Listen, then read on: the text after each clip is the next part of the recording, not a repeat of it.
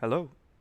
This is a guided reading for a family secret. And what I will be doing on my Doc Hub here is I will be making some notes about certain vocabulary, words, phrases, ideas, concepts, pretty much anything interesting I can find. So this is a family secret. Here we go. These are the solve them yourself mysteries. So we have our characters here. We have Timmy. He says, "Hi, I'm Timmy. I may not be the most confident boy, or the most athletic, or the best at anything, but I am quite curious." That seems to be good. This is Lily. She can be stubborn. Okay, so that's a good phrase. I'm just going to highlight that. She can be stubborn. And sassy. Very good. Stubborn and sassy. So what does that mean? Well, if she's stubborn and sassy, stubborn is when you don't want to change your mind. You want to do the things that you want to do. You don't want anyone telling you what to do. So that means you don't want to change your mind. You just want to do what you want to do. And when you are sassy, it means you like to talk back. So maybe someone says, "Hey, you should do this." And you say, "Well, no, I'm not going to do that because that's the bad way to do it. I'm going to do this because this is better." That's sassy. You're very confident. You like to talk back, um, and you like to tell people, you know, what you want to do. So, but above all, and let's do this one as well. Above all is a great phrase. But above all. But above all. So that means just overall, above all, the most important thing. So the most important thing to take away from this description. So, but above all, when we use but above all, we're trying to say this is the thing you really need to pay attention to. But above all, she is the bravest and boldest person I know. She'd do anything to help you. That's a really great phrase. She'd do anything to help you. Good. Okay, we have Marvin, a little different now. He loves animals. He's very kind. Whenever he gets excited, he bobs up and down on the spot. Now, bobbing up and down on the spot is basically just jumping up and down on the spot, but he's not really going off the ground. His feet are staying on the ground and his knees are bending, his legs are bending. So he's just going up and down like um, like a spring. So if you were pushing down on a spring, it's going to pop back up. So goes down and up. So he bobs up and down on the spot and he claps. So it looks silly, but he doesn't care. This is the story of how we three came to be known. Really good. Came to be known as the Young Explorers. Now, came to be known as the blah blah blah. This is a really good phrase, and I'm wondering if I could use it in another context. So, my students came to be known as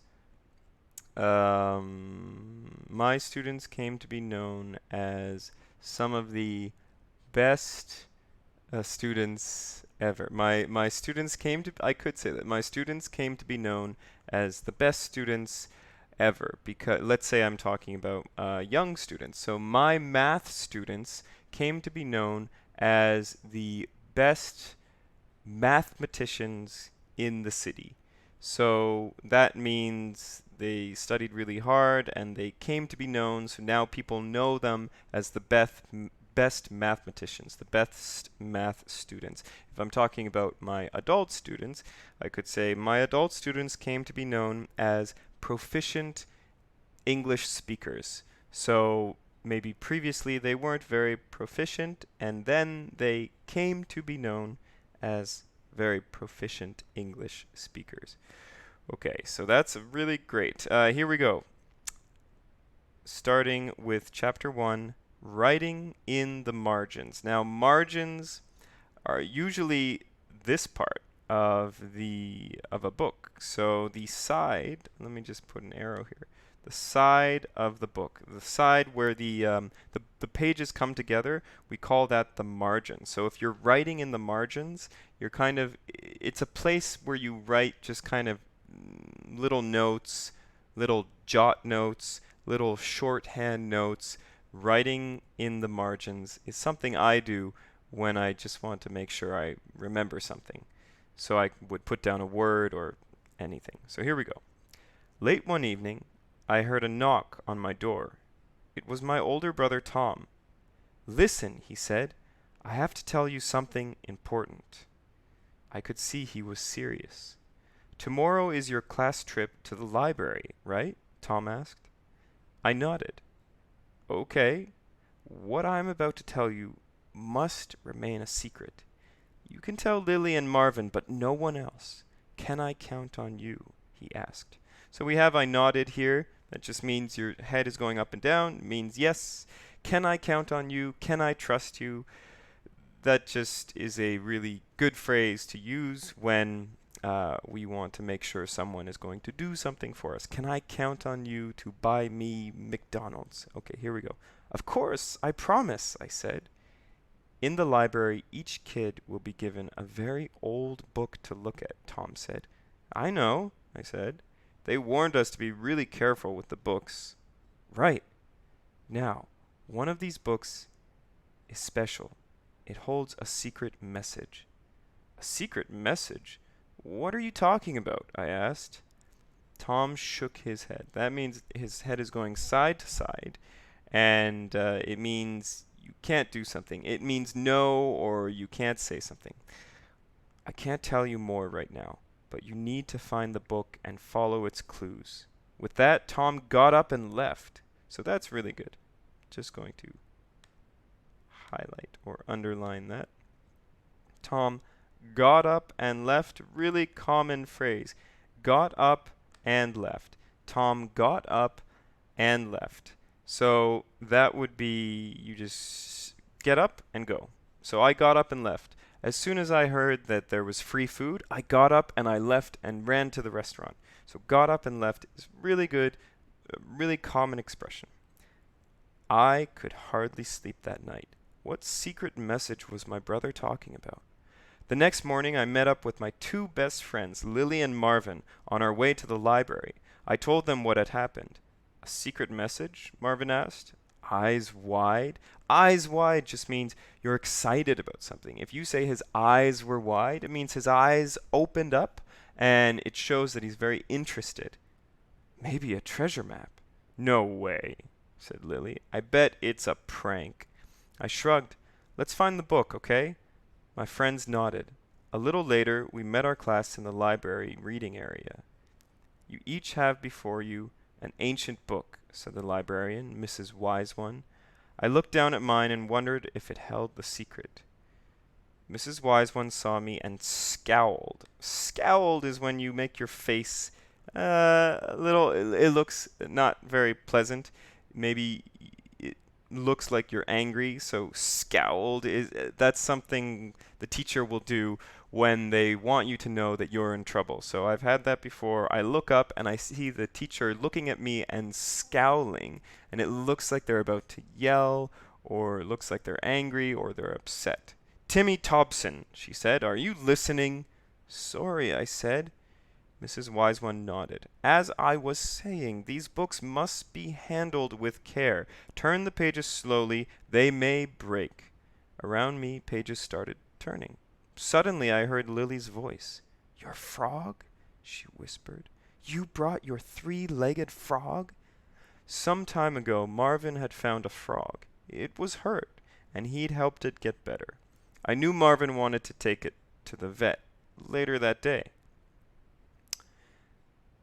The frog was in a special box the vet had given Marvin. "I didn't want Froggy to be lonely," Marvin said. "Lonely?" Lily said. "It's a frog!"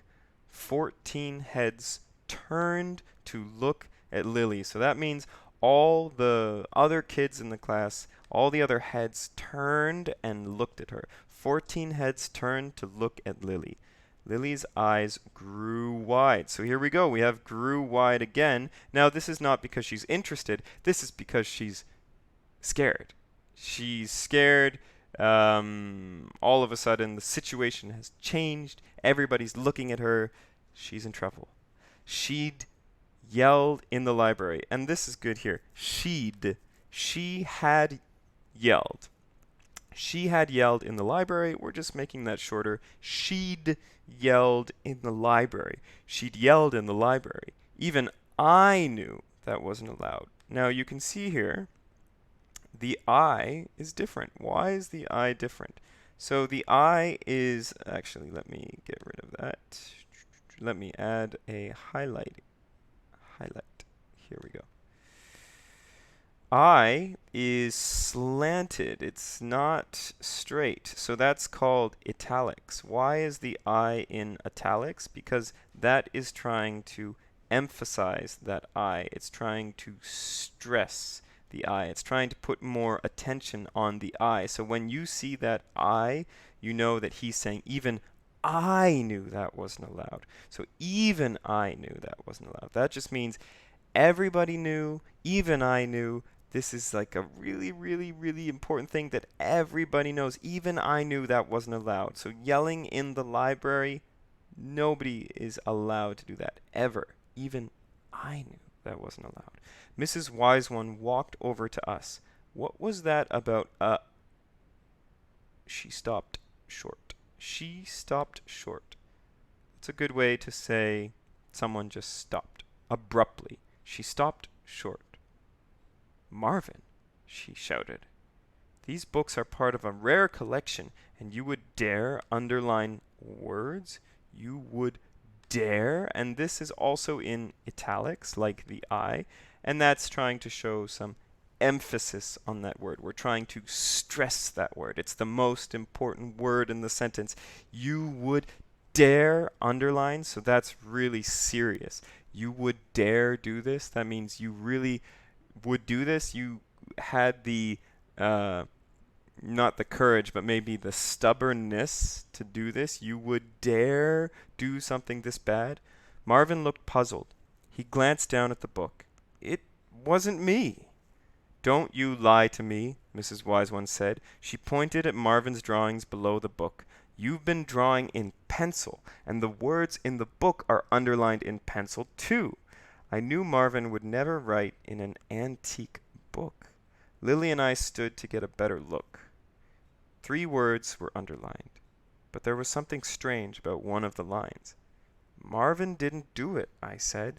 The words were underlined a long time ago. Here we go. The solution to each puzzle is revealed at the beginning of the following chapter. You can find hints by clicking on the magnifying glass next to the question. So, what little detail made me, Timmy Thompson, think the lines were old? We have these 3 words that are underlined. We have a rip in the page, and then we have Marvin's drawings in pencil here. How do we know that Marvin did not underline these words? We will look at chapter 2 next time.